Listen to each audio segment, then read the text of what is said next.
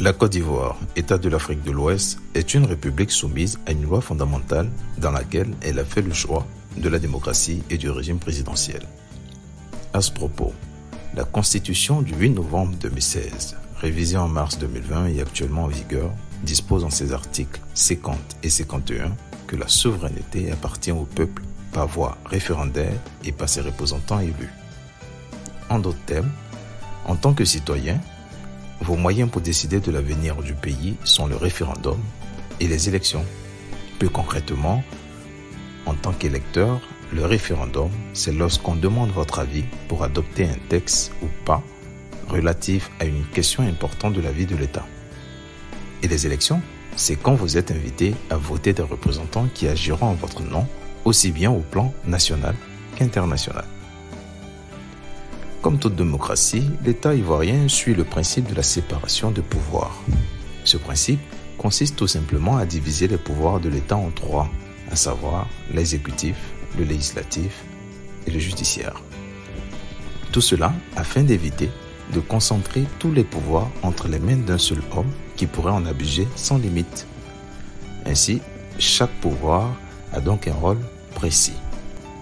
Par exemple, le pouvoir exécutif définit, oriente et applique la politique gouvernementale, c'est-à-dire qu'il décide de la façon dont les affaires courantes de l'État sont gérées et il exécute également les lois. L'exécutif ivoirien est tricéphale.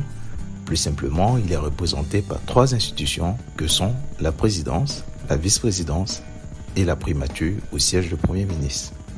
Quant au pouvoir législatif, il a pour mission de voter le budget de l'État et de contrôler l'action du gouvernement.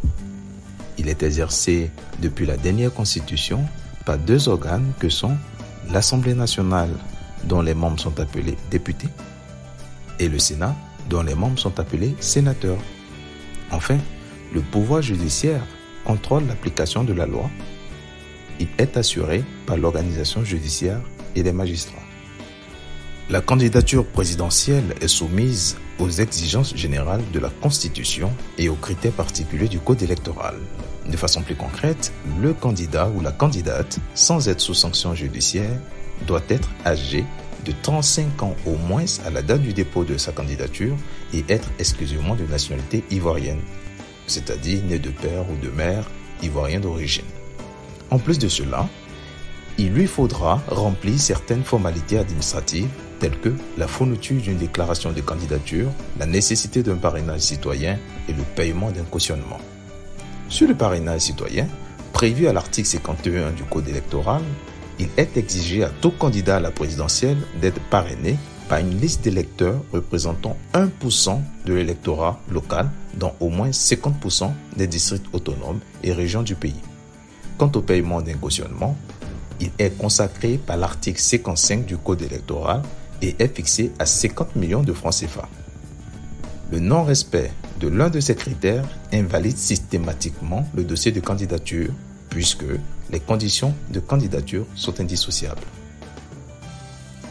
C'est seulement à cette suite que le président de la République est élu directement par les citoyens électeurs parmi les candidatures validées par le Conseil constitutionnel pendant un vote qui se déroule sur 2 tours maximum, sauf si l'un des candidats obtient la majorité absolue, c'est-à-dire la moitié des voix plus au moins une voix des suffrages exprimés au premier tour.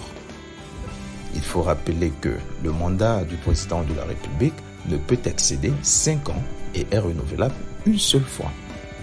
Une fois élu, la responsabilité du président de la République est de veiller au respect de la Constitution, d'assurer la continuité de l'État et d'incarner l'unité nationale. D'ailleurs, il devient également le chef suprême des armées et de l'administration publique, ce qui lui permet de nommer aux emplois civils et militaires.